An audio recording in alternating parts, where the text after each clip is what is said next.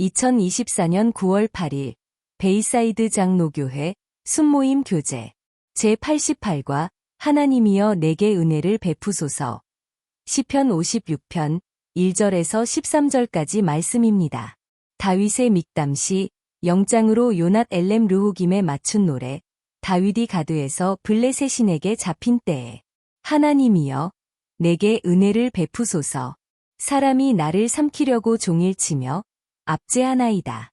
내 원수가 종일 나를 삼키려 하며 나를 교만하게 치는 자들이 많사오니 내가 두려워하는 날에는 내가 주를 의지하리이다. 내가 하나님을 의지하고 그 말씀을 찬송하올지라. 내가 하나님을 의지하였은즉 두려워하지 아니하리니 혈육을 가진 사람이 내게 어찌하리이까. 그들이 종일 내 말을 곡해하며 나를 치는 그들의 모든 생각은 사악이라. 그들이 내 생명을 엿보았던 것과 같이 또 모여 숨어 내 발자취를 지켜보나이다. 그들이 악을 행하고야 안전하오리이까. 하나님이여 분노하사 뭇 백성을 낮추소서. 나의 유리함을 주께서 계수하셨사오니 나의 눈물을 주의 병에 담으소서. 이것이 주의 책에 기록되지 아니하였나이까. 내가 아뢰는 날에 내 원수들이 물러가리니 이것으로 하나님이 내 편이심을 내가 아나이다. 내가 하나님을 의지하여 그의 말씀을 찬송하며 여호와를 의지하여 그의 말씀을 찬송하리이다. 내가 하나님을 의지하였은즉 두려워하지 아니하리니 사람이 내게 어찌하리이까. 하나님이여 내가 주께 서원함이 있사온즉 내가 감사제를 주께 드리리니 주께서 내 생명을 사망에서 건지셨음이라. 주께서 나로 하나님 앞 생명의 빛에 다니게 하시려고 실족하지 아니하게 하지 아니하셨나이까. 아멘. 오늘 본문에서 시편 기자는 적들의 공격 가운데 무엇을 하나님께 구하고 있습니까? 그리고 그것이 당신에게 주는 교훈은 무엇이라고 생각하십니까?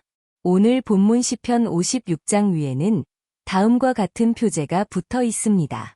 다윗의 믹담시 영장으로 요낫 엘렘 르호김에 맞춘 노래 다윗이 가드에서 블레셋 신에게 잡힌 때에.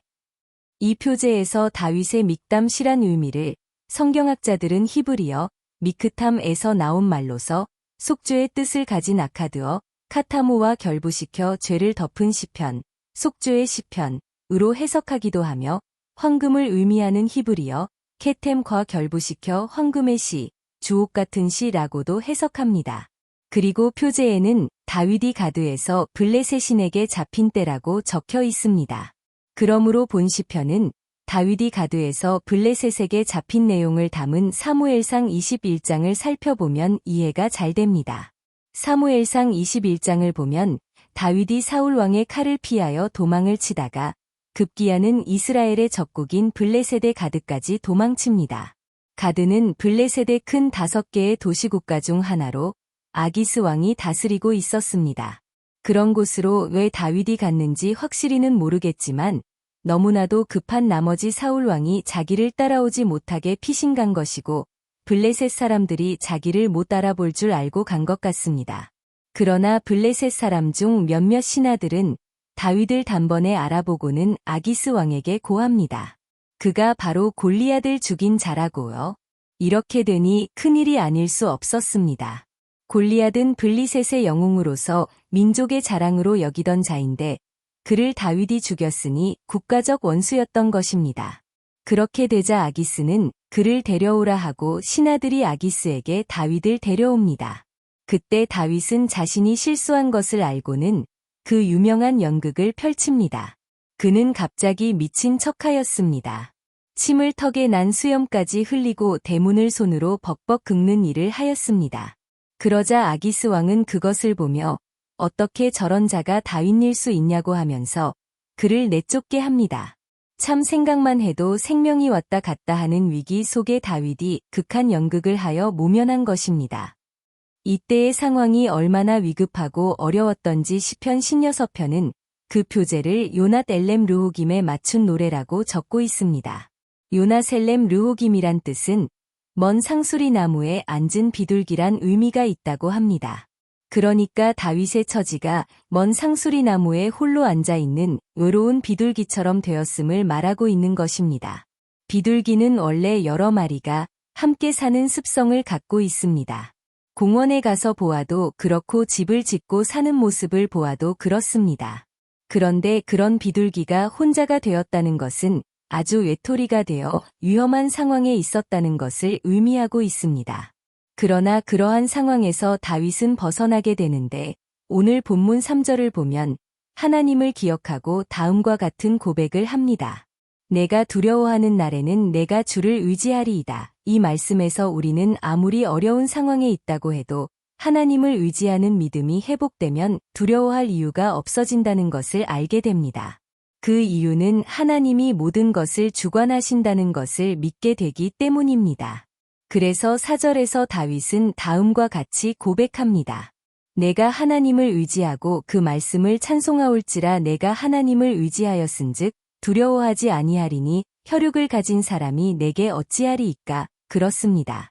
아무리 천만인이 둘러서 우리를 치려고 해도 하나님이 보호하신다면 그 누구도 우리를 어쩔 수 없게 됩니다.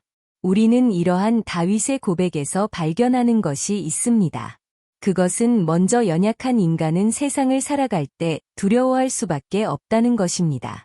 크고 무서운 세력으로 세상이 우리를 쓰러뜨리려고 하기 때문입니다. 그러나 한 가지만 믿는다면 두려움에서 벗어날 수 있게 된다는 것도 알게 됩니다. 그것은 천지를 주관하시는 하나님을 의지한다면 두려워할 이유가 없는 것입니다.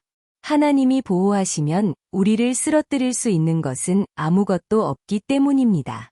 하나님은 이러한 다윗의 기도에 기가 막히게 길을 내어주신 것을 보게 됩니다. 그것은 다윗에게 순간적으로 위험에서 벗어날 수 있는 놀라운 지혜를 주신 것입니다.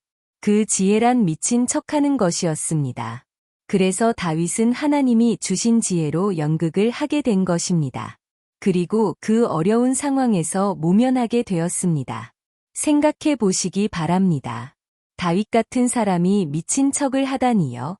그의 성품에 맞지 않는 행동입니다. 그러나 살기 위해서는 그런 행동을 해야 했습니다. 그 행동이 먹힐지도 모르면서 말입니다.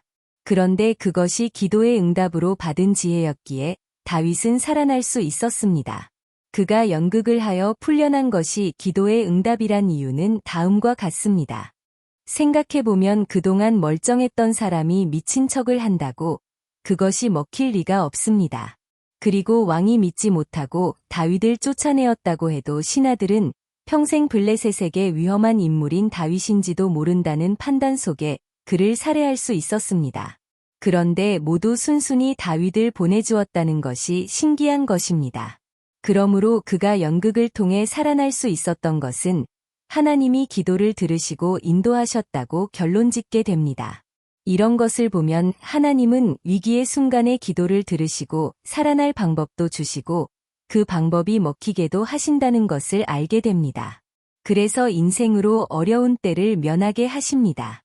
그러므로 오늘 하나님이 이 시간 기도하는 우리 성도님들에게 놀라운 지혜로 응답하시기를 주님의 이름으로 축원합니다. 당신은 위기의 순간에 하나님으로부터 지혜를 받아 해결받은 경험이 있습니까? 그것을 서로 나누어 봅시다. 오늘의 말씀을 통하여 새롭게 느낀 점과 결단하는 바를 서로 나누어 봅시다.